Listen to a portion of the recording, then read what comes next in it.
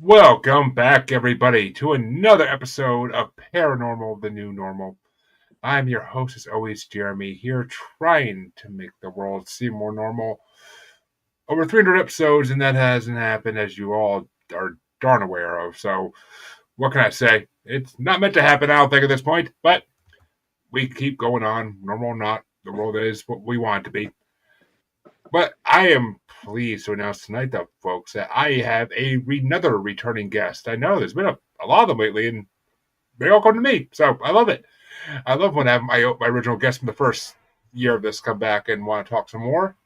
And whether you remember this one or not, you need to go back far enough if you don't, I swear. But it is Tina Erwin, the ghost helper herself, and author of now 9 books, I am proud to say. Welcome back, Tina. Thank you so much, Jeremy. I'm really thrilled to be here. It's always so much fun when we get together. It is. I honestly, we should try to do it more than once every 3 years. But I know we're both busy podcasters. We I are. think I believe you're on. Would you say 90 to 100 a year, which is outstanding. And I do it, but I actually am a podcaster, so I couldn't imagine guesting on that many. Oh my god, it's a Well, lot I of do talk. have my own podcast, Ghost Helper. True. I've, So, and it's on a YouTube channel. So, I'm doing my own as well as being a guest. So, I'm trying to uh, balance that. Trust me, I try to bounce 3 kids, 3 podcasts, and still trying to guest on one here and there. I don't get to do it too often anymore, but I miss those days. Guesting is so much more fun because you don't have to prepare or do anything. It's just show up and have a good time, which I love. But Yeah. folks, Tina just finished her 9th book. Well, okay, this email's from a while ago, so it's probably out now. But Oh, yeah. it's called Psychic Children, Psychic People, which as soon as I saw the title, I was immediately drawn to this. Like, okay, now you have my attention. So please, Tina, tell us what made you want to write this book. I wanted to write this book because I've seen so many parents of all different faiths come to me in hushed whispers saying, I think my child needs drugs because they see ghosts. But you see ghosts. Are you on drugs? It's like, no, no. This is sometimes the paranormal is your normal. Not just because it's a great catchphrase, but because it's the reality. And this entire book is physics based because the book explains the physics behind why a child can see a ghost or a grandmother they never met, or they're walking along and they see a person who needs help but that person's dead and the parent has no idea what to do. And my goal was, you don't need a medium, you can help your child yourself. And if you can do that, then what that means is you two are now independent and you're in a process of profound spiritual service because that enables the parent to understand how to partner with their child for the greatest good. That's really the goal of the book.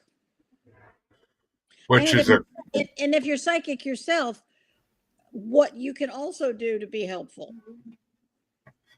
I mean, because obviously in this day and age, especially, kids are going through a lot. There's so much more that kids have to go through and put up with nowadays in society and school and family and everything than we did when we were younger. I I honestly look back at my childhood now and I look at my kids and I'm like, God, I had it easier. I didn't have all these distractions to take my mind off what I was supposed to be doing. These kids today, all they have is distractions, and I can't imagine being a psychic when you're a child. That has to be a huge distraction from everything else because that would get my attention if I saw this person floating there that's not really there, like, or not really there for everybody to see. But so I mean, it's got to be a. It would. I can't imagine. I really can't imagine. everybody knows me in this show knows I don't have any experiences when I was a kid, so I can't imagine what it's like to actually be a kid that can see these things or talk to ghosts, see ghosts.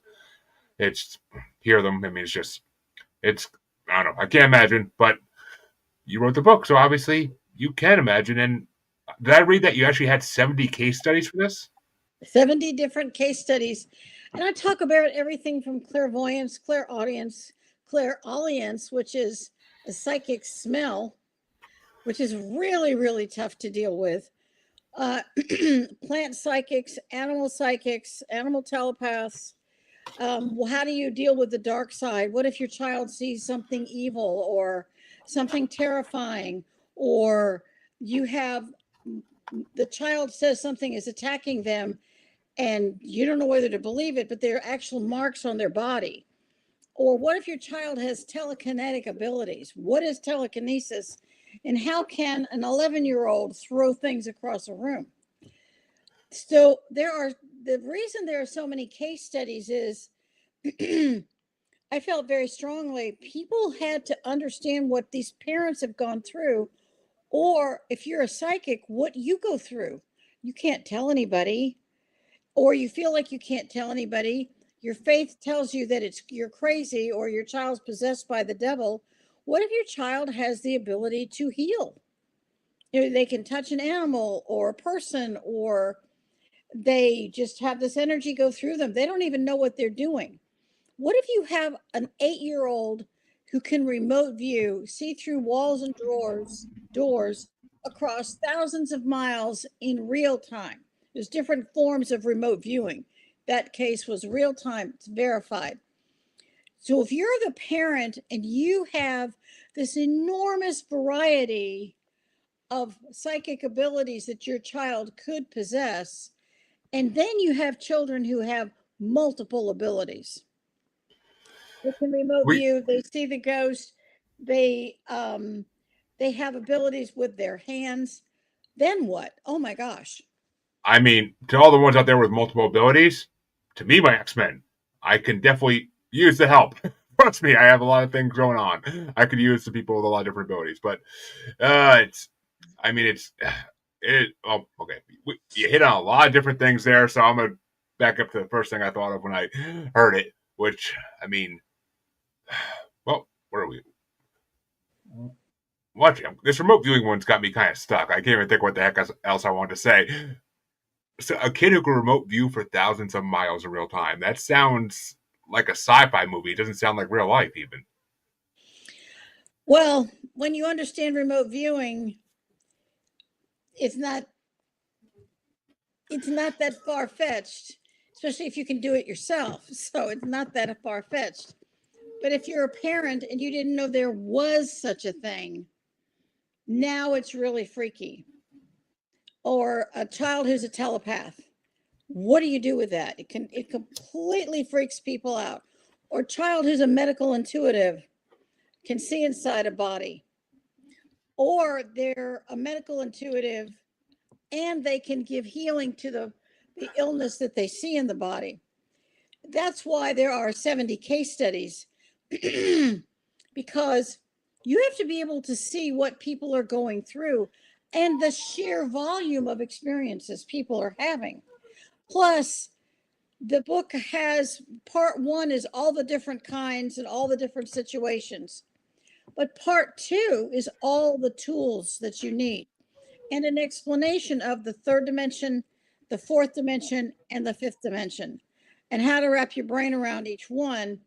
And when you have psychic ability, you're now involved in the process of quantum entanglement and string theory.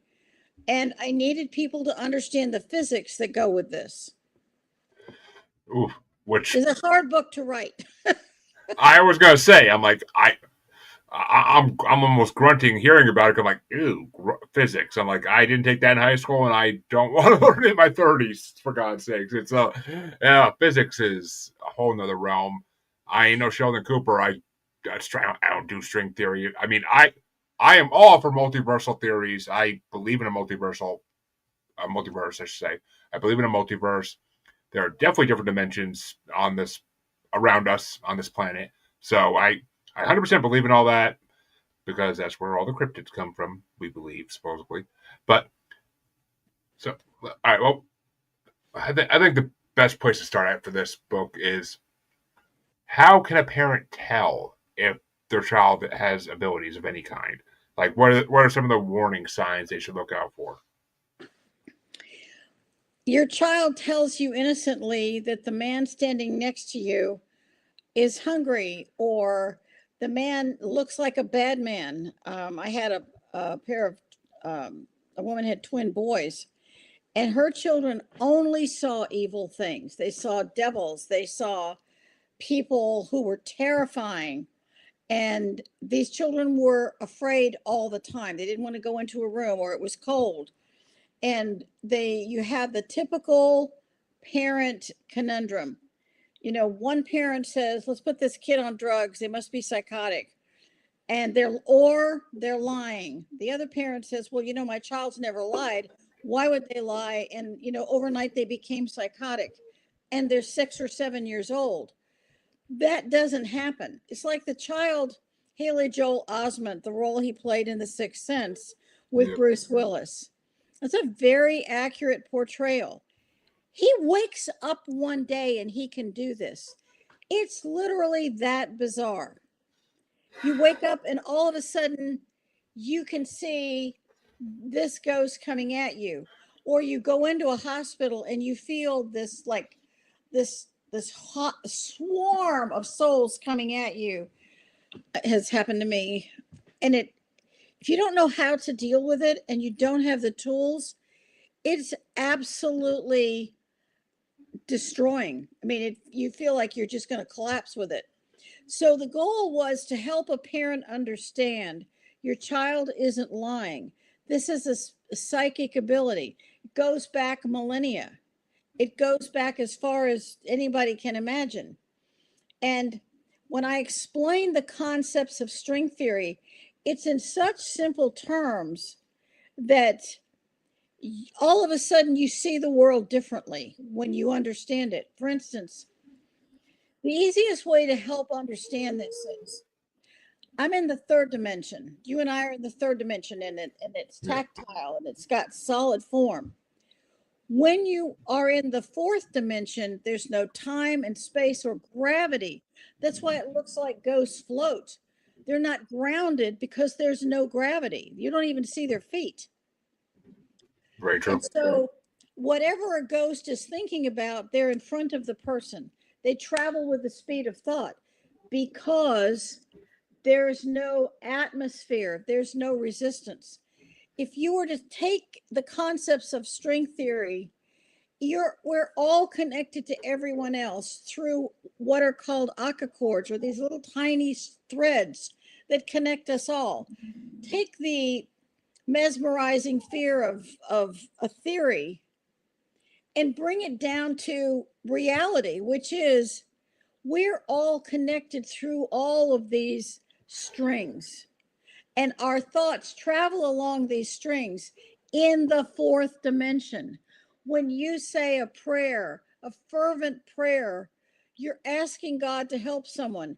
Your prayer is instantly in the heaven world because it goes through the fourth dimension where there's no resistance. It's instantaneous. So if you're going to remote view a location and you have coordinates, you're instantly there because you're moving through the fourth dimension. So if you're a child and you see a ghost, you're seeing between dimensions. It's it's Which a it's so fascinating.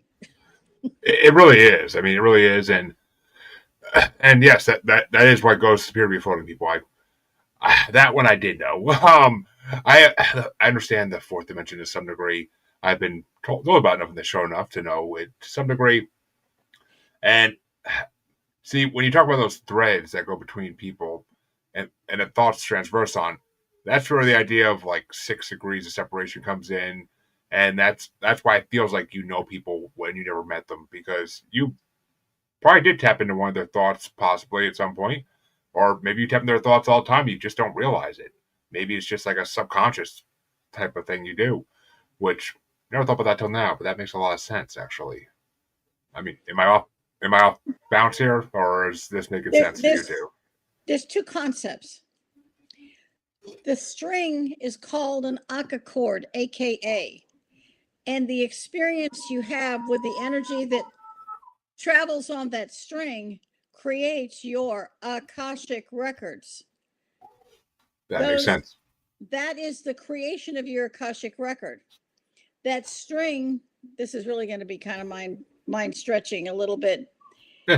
You can recognize someone or have that connection or string from one life to another. So you may have known that person in a past life. So you can feel that energy of that string that you had with them. So there's that connection. There's also something called the mind belt.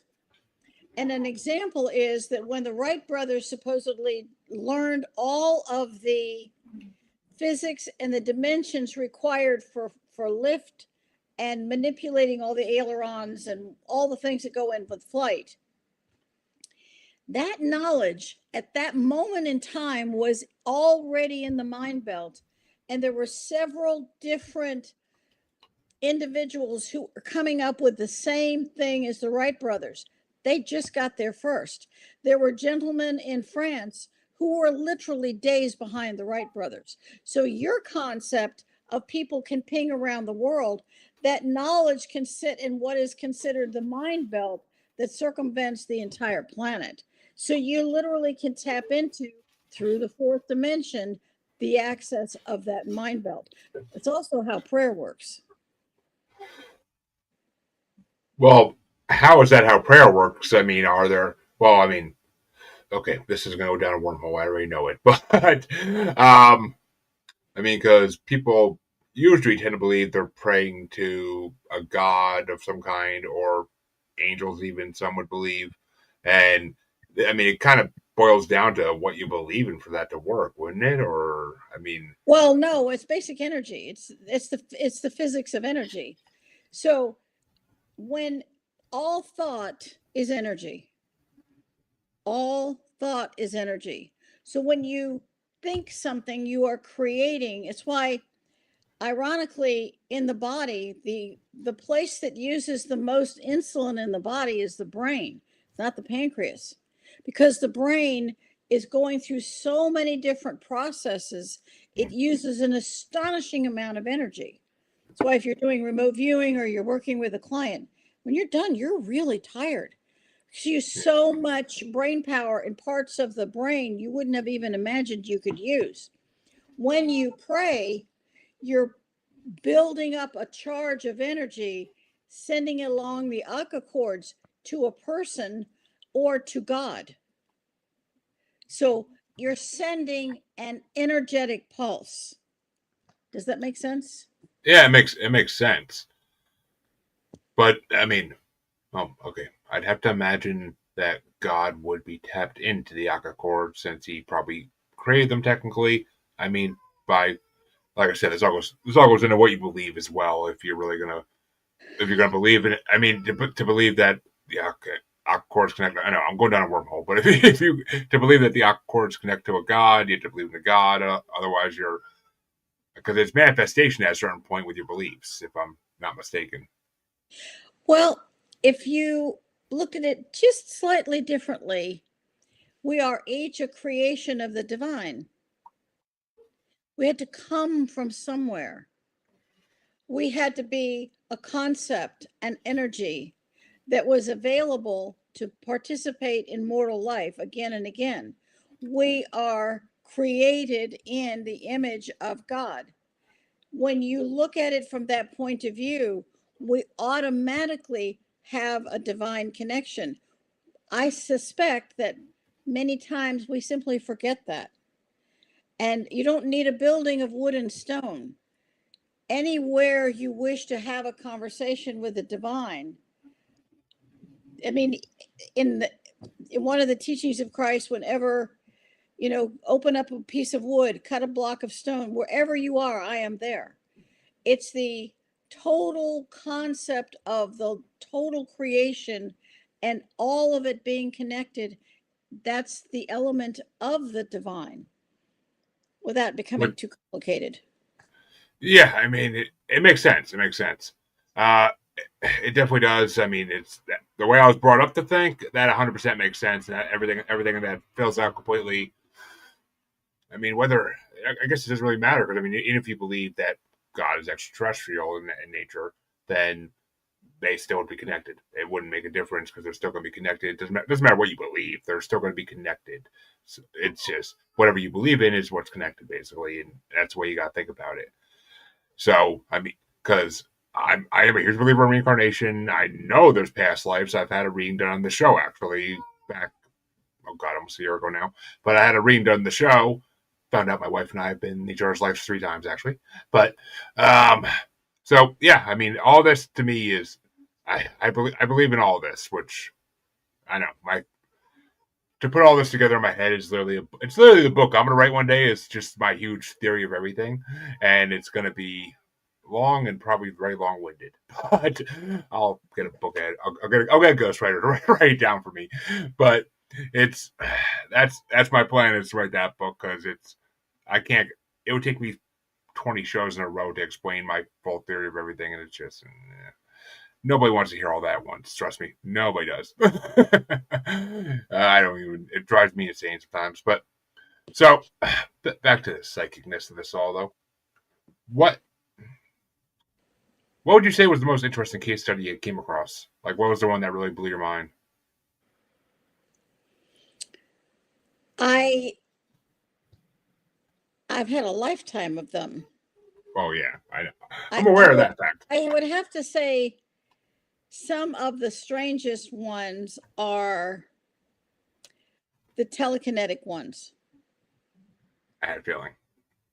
And telekinesis is the ability to move an object from point A to point B with your mind. Your hands are down, you could tie up their hands, and that person could move the object. The interesting thing is, in every case that I've had, the telekinetic psychic was a child or a teenager, usually, 12 to 16 range. And in one of them, there were, compact discs flying across the room and pencils and all kinds of things. And I got a call from a lady in the Sacramento area, and she was just freaking out. They were literally ducking as stuff is coming at them.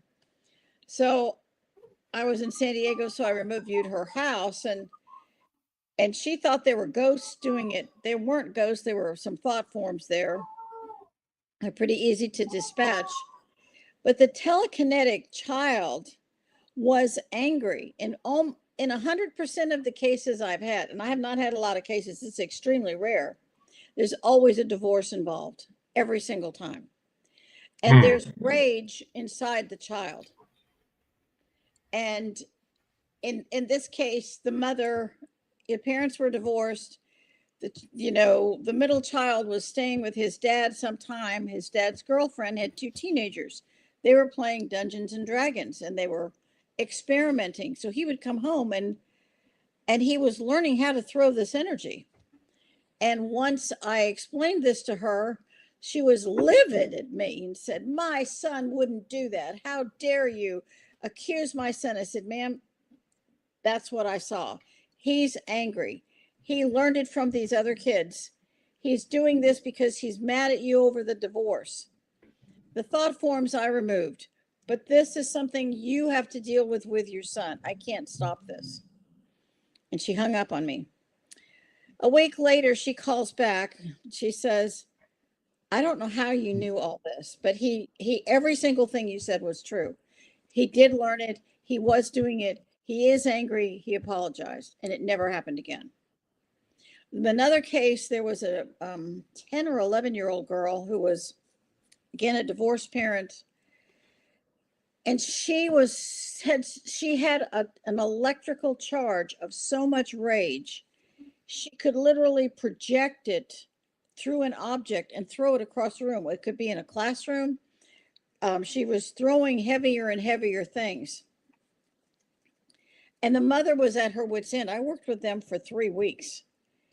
And this was a really psychological issue. It wasn't that they needed some great and mighty medium to solve the problem. This was an issue of love and parenting.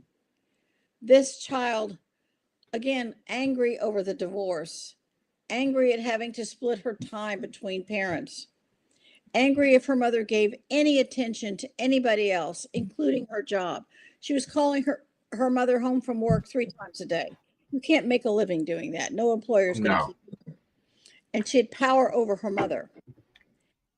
And finally, I sat down with the mom and said, "You need to put your big girl panties on and tell her to knock this CRAP off.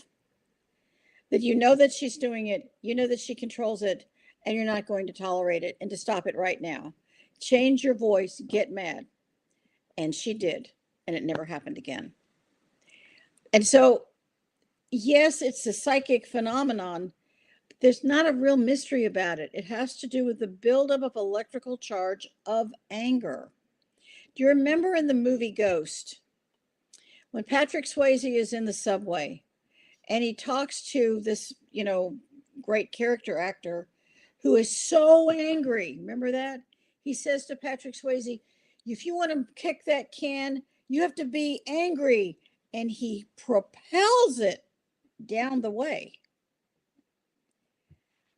It's the charge of anger. Even in that film, they accurately explained it. Yeah, which I actually I've only seen parts of Ghost. I know that scene. Actually, I actually have seen that scene. I watched it back in the day when it was on TV all the time. I just never actually saw the whole thing. So, but yeah, and see, it's funny because, well, I guess not so funny, but I am a child of divorce. My parents got divorced when I was in middle school, and I was never angry about it. That was the thing, though. I guess because I was older, I'm assuming would be the main reason. And just I understood it was for the best because my parents were toxic together. So I understood it was the best outcome of any scenario. And so I mean, it's the rage, it's the anger, I guess, that really would explain it. Because otherwise, I might have actually experienced something like that if they actually angered me. Who knows? It could have happened, but it it didn't. It definitely didn't. But yeah, it makes sense. Emotions are powerful things, and manifestation is a very real thing. So if we're Exactly. manifesting those angry emotions, then yeah, I can. I mean, there's a reason. There's a reason why when people are having a bad day, it's usually because they're angry about one little thing, and they keep pushing on it and pushing on it in their head, and they're not letting go of that little thing. And then everything's just gonna snowball because you're manifesting your day to just get worse. Like you got think positive and positive will happen. That's what I've been told by many mediums, and that's what I tend to follow as like a guideline in life. Just think positive, and positive outcomes will happen naturally. Exactly.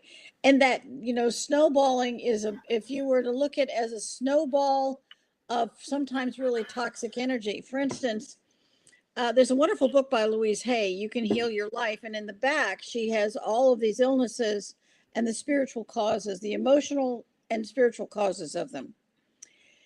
And accidents are because of anger. You're angry. So you become magnetic to another angry person and you have an quote accident. Which, And yeah, it's an interesting, it was a absolutely fascinating concept that she would identify that. And, to be able to get, got 3 kids through high school with no accidents because as things would build up, we would work through every one and working to help them be responsible adults, answering questions, being emotionally present for teenagers can forestall some horrendous situations. You asked me if I had any other very unusual cases. One of them was a case with um, a young woman in a coma, and I was asked to help her somehow. And since I didn't have her parents' permission, all I could do was remote view the accident site because she's in this, coma and they couldn't seem to get her out of it. So I went to the accident site and psychically, and she was there. and I could see through her eyes what had happened in the accident. She was a passenger, and the driver was, again, another divorce situation, so filled with rage. It was like it blinded him to what was really going on. And so what I ended up doing was, actually, she was there, so I talked to her. I brought in an angel for her, and she said, "I don't understand what happened. I was in the car and now I'm here by the side of the road." Well, remember, her body's in a hospital, Yeah. someplace else. But she doesn't understand that she's now, her soul is separated from the mortal frame, but the silver cord is still attached. It's just really a fascinating concept. So I explained to her that only she can decide if she's going to live or die. I brought in an angel to give you comfort, but the angel cannot make the decision for you. If you decide to live and the angel can help you get back to your body, then it's going to be a long road, but you will still be alive. You will have a life to live. And she begged me to. I crossed over a lot of people had died at that site. You always have the dead man's curve. Well, this was actually called that. And so I crossed over everybody else so the place would not be magnetic for accidents anymore. And she begged me. She said, "Can't I go with him? The light is so wonderful." I said, "I cannot do that. You are not dead. I can't cross you over. You must decide. You have to choose." And about 2 days later, she woke up and she made the long journey back to recovery. She would have no memory of the conversation, but Of course. somehow she came back. And it was it's very, very interesting when you look at it. I think if anybody has a family member in a coma, send an angel to find the soul and help them make a decision. It's a very simple. I mean, think about how simple that request is. I mean, well, fortunately, I've never actually known anybody that was in a coma. I mean, I've heard some miraculous stories of people in comas and the things that happen while they're in the comas, or people contacting them while they're in comas. It's mind blowing. What we don't understand about people in comas could fill 5 books at least. It's mind blowing. They're such a hard thing for humans to understand, especially when most humans don't really grasp that spirit is its own entity. They think it's just part of the body. When no, spirits don't even need the body technically, and I could fully believe we'll evolve someday to the point where that's the case, where bodies are no longer a thing even. But I think that's way in the future. I'm pretty sure we're not quite there yet. We're not waking enough for that yet. I don't think as a society, but especially lately. But it's, I mean, I don't know. What do you think what do you think the future could possibly hold, that where the spirit no longer needs a body to occupy, where we could just be There was an original Star Trek about that, and I think the Star Trek: The Next Generation had several shows regarding these souls who inhabited something where they didn't need a body and they could just project consciousness, and they were gaining more and more and more power. But without the yeah, physical body and the limitations it directly imposes and the reality of a physical body, you lose your humanity. When you have that much mind power, it's the Spider-Man concept. You have a lot of responsibility. With each level of psychic ability that you're rising to, you have increasing levels of responsibility, and the need to adhere to spiritual law. You don't want to violate those laws. They make a difference. make makes sense. And actually, I haven't seen Star Trek in a minute, so it took me a little while to think what episode you're talking about. And then I was like, wait a minute, I know this storyline. Okay, yeah, it's yeah. There's been a lot of ripoffs from that episode on other shows, but yeah, I mean, I guess that would be true to some. Like I said, that's why we need to awaken enough as a society to kind of mature spiritually to the point where I think that could be preventable. Maybe I'm no fortune teller, folks. I can't read the future, so I'm just hypothesizing here. But so would you? I mean, because all the stories you told so far, or all the case studies you talked about so far, is about getting the children to stop using their abilities. What if, Well, like, in psychokinetic, they were hurting people. So, yes, oh you yeah, want them to stop doing that. When you have a child who can see a ghost, I created a protocol using the crossing over prayer. And, I wrote the crossing over prayer book, yep, and it has 88 prayers that help the living and the dead. And it's on my website, they're audiobooks. So you have a 10-year-old and they're seeing a ghost, and you go to a pool party, and maybe somebody drowned in that pool and that little girl's still there. And you see her calling for help in the pool. And you keep looking at the pool, and it's empty. And so the child, tugs on the parent and indicates that there's somebody there. The parent gets out their iPhone, use your technology. Bingo, play the crossing over prayer. And then the child's going to tell you when the angel comes and takes the soul away. They can just give you a thumbs up and a smile. You can make it of enormous spiritual service. Children don't know what to do when death comes. They're looking for an adult to help them. And when you do something as simple, achingly simple as that, you don't need a medium. Nobody around you has to know that it even happened. You can keep it private and do tremendous spiritual service. So that's a really good thing. If you're an animal telepath, I've known several, teenagers who are working with vets. An animal can't tell you what's wrong. And so they bring a psychic in, listen to the animal, and say the animals, I can see this illness inside the animal's body. Eventually, the vet can verify that. Again, great spiritual service. In fact, they had a situation at the San Diego Zoo, I don't know, 30 years ago, where one of the matriarch elephants passed away. Well, the zoo, being efficient, removed the body, the bones, they removed everything very quickly. The elephants freaked out. Elephants are so intelligent, they grieved.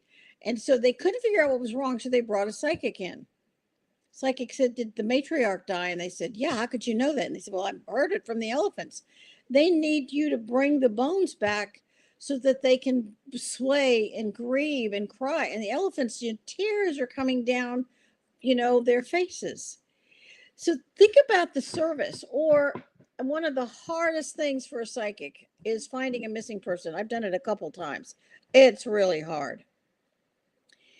But if you're working with someone and you're being conscientious, you're doing huge service. And sometimes it's a sad situation. The person has, in fact, died. But I had a case where a man's uncle was kidnapped in Mexico, and I was asked to see what I could find. I could only tell them what he was wearing, that he was still alive, but the man who was also kidnapped with him had been, in fact, been murdered, and that I felt like this would somehow resolve itself with him living. And all of those things happened. They did find the other guy's body. You can, and so you're doing service. None of these are doing readings.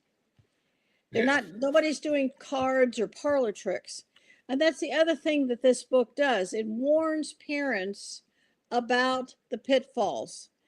If you know Mm-hmm. something's going to be a problem, now you can avoid it and just avoid mountainous problems with that kind of thing.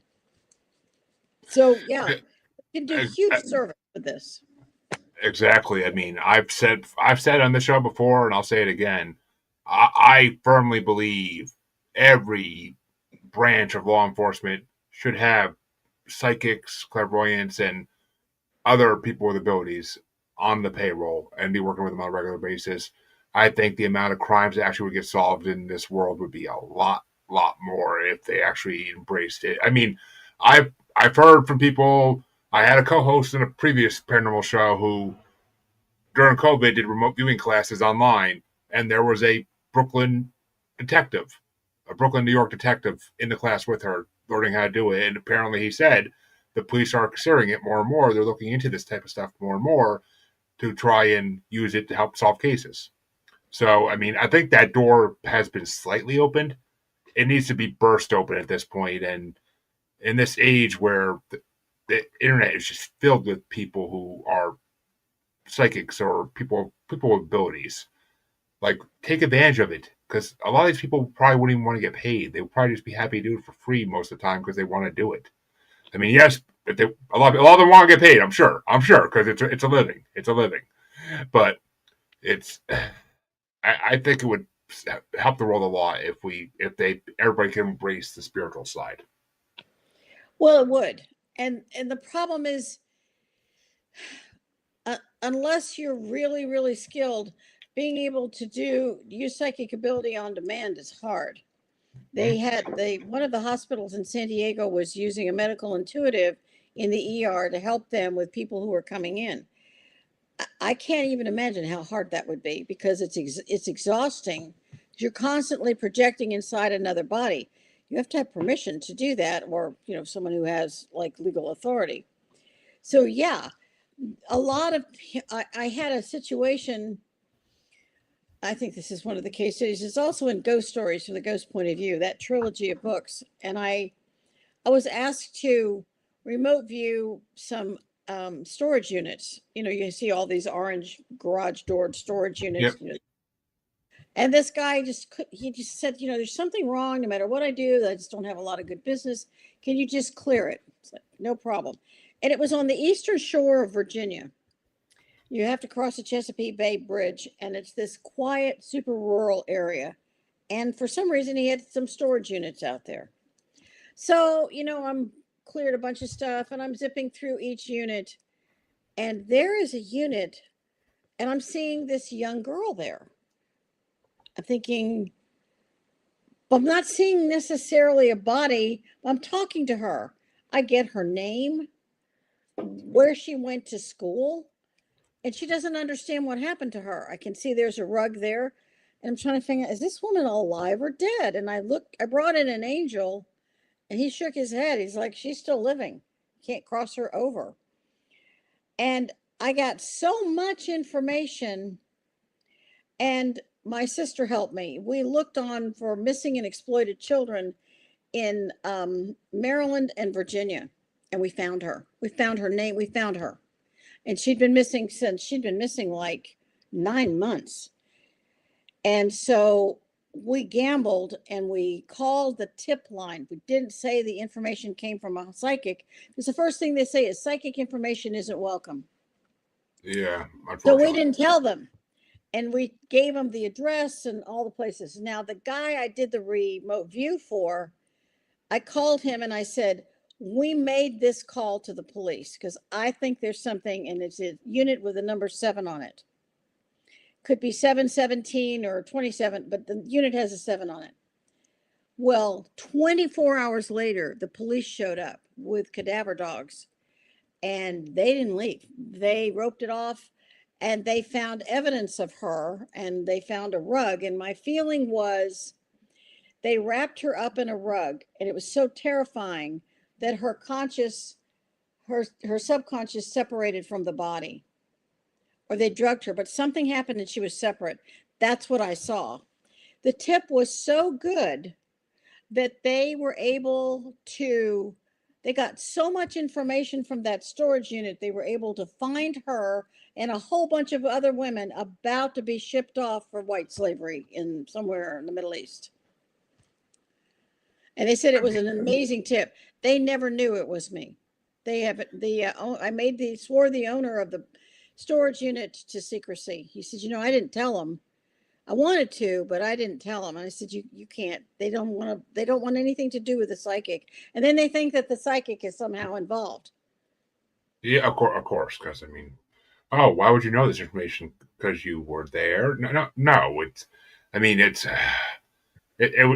drives me nuts, and I'm guessing this wasn't. I mean, was this recent or was this years ago type thing? Oh, this was about 20 years ago. You have to remember, Okay, the yeah. white slavery human trafficking market's been going on Oh, forever, yeah, forever, forever, a yeah. long, long time.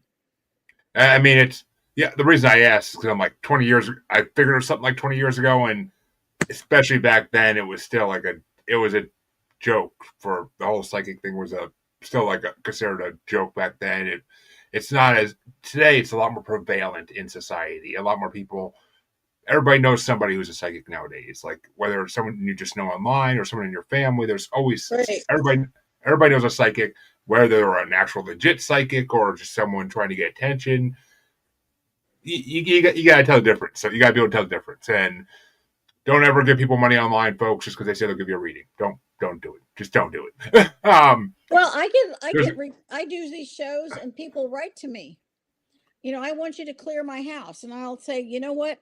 The prayers are on my website. They're absolutely free. If I do it, I charge. And here's the link to what my fees are. But you don't need me. If you just want to clear your house and you think you have a ghost, just use the crossing over prayer. I would say 90% of the time that's what they do, and they don't pay me. It's my service to them. The whole point of the crossing over prayer and the crossing over prayer book, so that you don't need a medium. How exactly. hypocritical would I be if I said, "Oh, I'm going to charge you for every one"? I can't. One, I can't. I couldn't do it 24 hours a day. It's exhausting. So give people the tools and let them be independent. I mean, it's honestly the best way to do things. And for those out there who actually do want to go find someone in person, there is a book out there called The Yellow Brick Road Guide to Psychics, written by Corby Miltlead. It's a very insightful book that points out charlatans versus legit, genuine psychics and clairvoyants and people who know That's what they're doing. also in my Psychic People, Psychic Children book. There's a There you go. whole chapter dedicated to how to tell the difference. Good, but that's information I think that needs to get out there in the world more and more and more because I get the people who fall for these messages. I get, oh, blessings be upon you today, sir. Let me give you a reading. Only $5 today. Yeah, No, no, no, no. block. If you see those messages, folks, hit the damn block button because Yeah. they won't stop. They won't stop messaging you. It's sad. It's just people trying to, and they're not real. They're just people over there. They'll make up a fake message sent to you and then expect you to pay pound $5. Like it's, or they'll make you pay first, and they'll send you the fake message. Either way, it's just going to be a scam, and you're going to be out some money. So it's, I just try to warn against it as often as possible on this show because it's a horrible thing out there these days. It really is.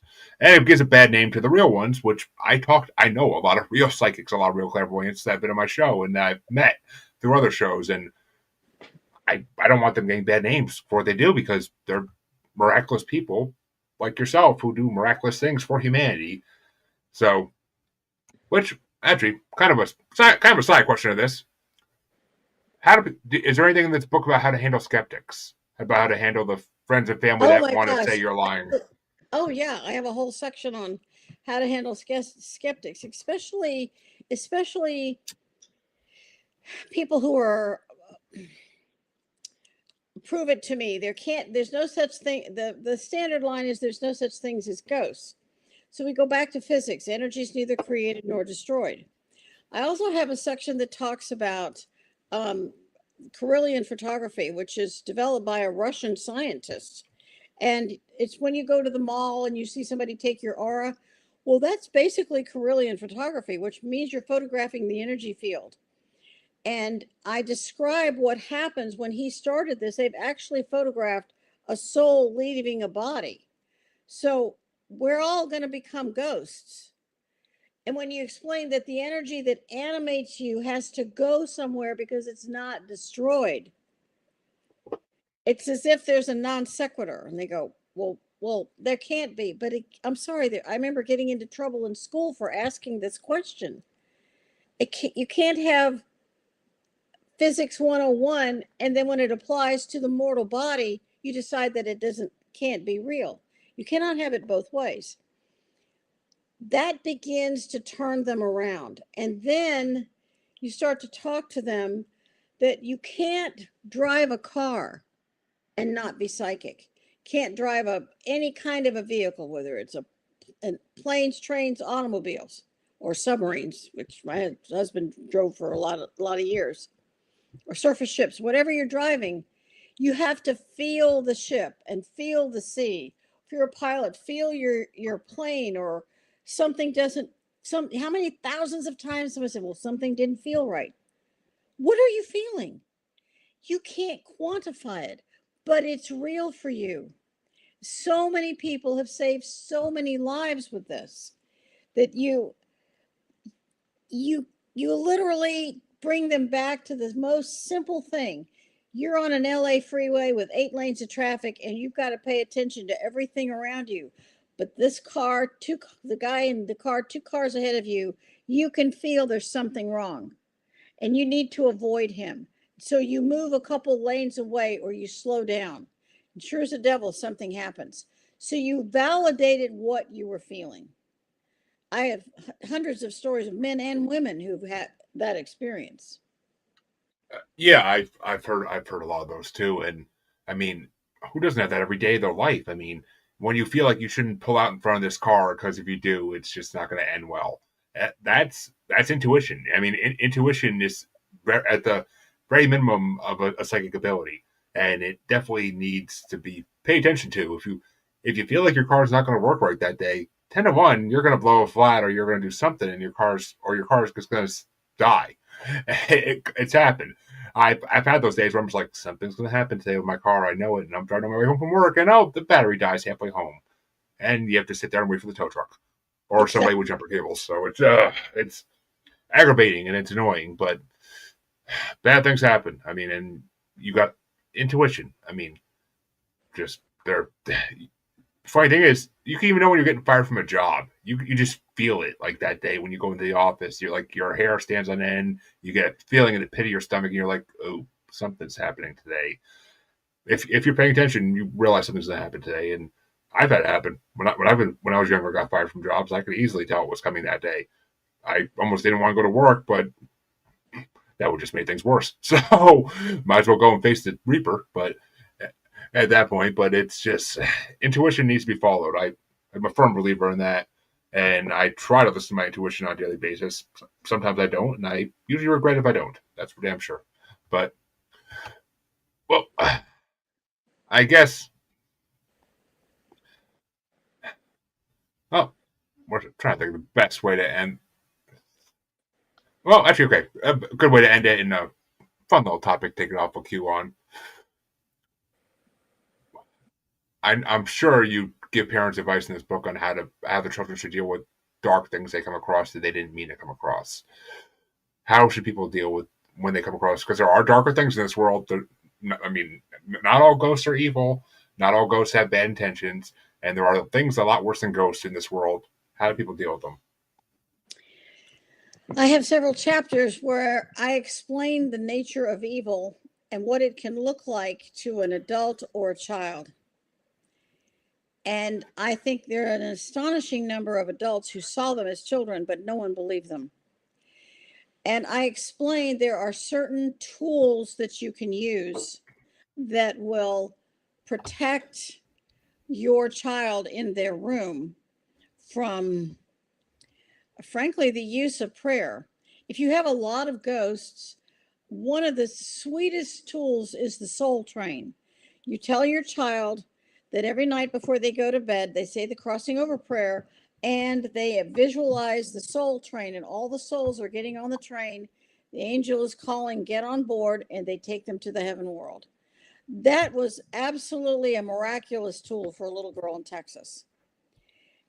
If you have a great deal of, sorry about that, of what you feel are dark things, you can burn a resin called dragon's blood. Incense is worthless. Sage never works. Just Palo Santo, none of that stuff works. Salting your front door doesn't work. But dragon's blood resin, it's just a powder. You can get it in blocks, just grind it up.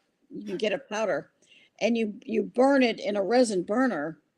It's and you open a little bit of a window, and what it does is it literally drives them out of the house. They cannot be there. And I have all these different tools that you can use. You start, building them up one by one.